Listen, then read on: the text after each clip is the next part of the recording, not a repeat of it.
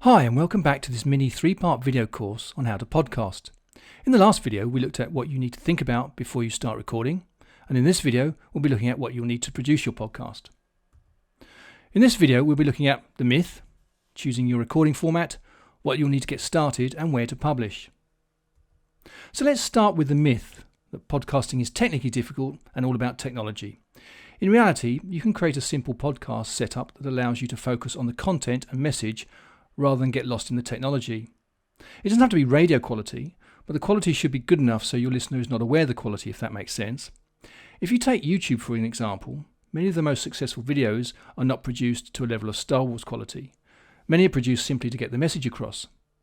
Similarly, podcasts don't have to be FM quality, they just need to be good enough to be able to get your message across. So don't be put off by technology, you can start very simply. So what do you need to get started? Well, I belong to a number of Facebook groups on podcasting and have seen a number of podcasters selling their equipment because they don't use it anymore, having spent a lot of money on high quality mics and mixers.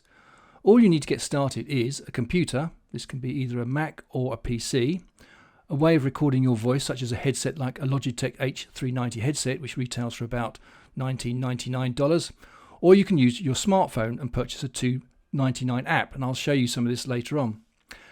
And you'll need some recording software such as Audacity, which is free, and that's really it. With just these 3 things you can record a solo podcast.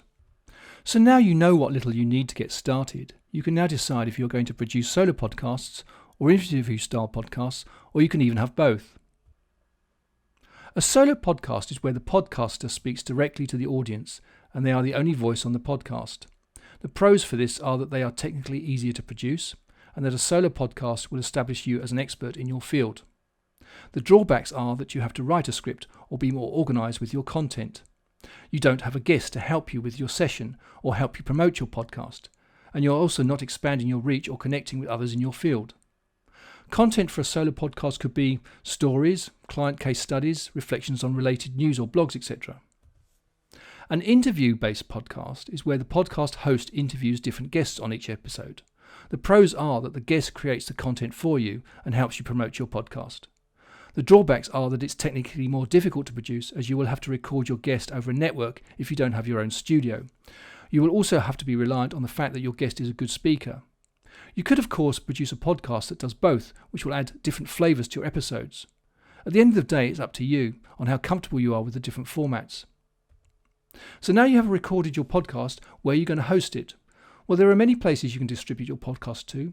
iTunes is probably the biggest distributor, but you also have Stitcher Radio, SoundCloud, on your website, YouTube, Facebook, LinkedIn, Twitter, etc. So what next? Well, I've literally just touched the surface with how to podcast. If you'd like to learn more, then I'm launching a more detailed training course which will show you how to write a script, how to record your voice, how to set up some of the software applications that you will need to distribute your podcast, and how to market your podcast. So in the next few days, I'll be announcing how you can get access to this detailed training. Thanks ever so much for watching my 3 videos. I do hope they've been useful to you, and I look forward to helping you in the future.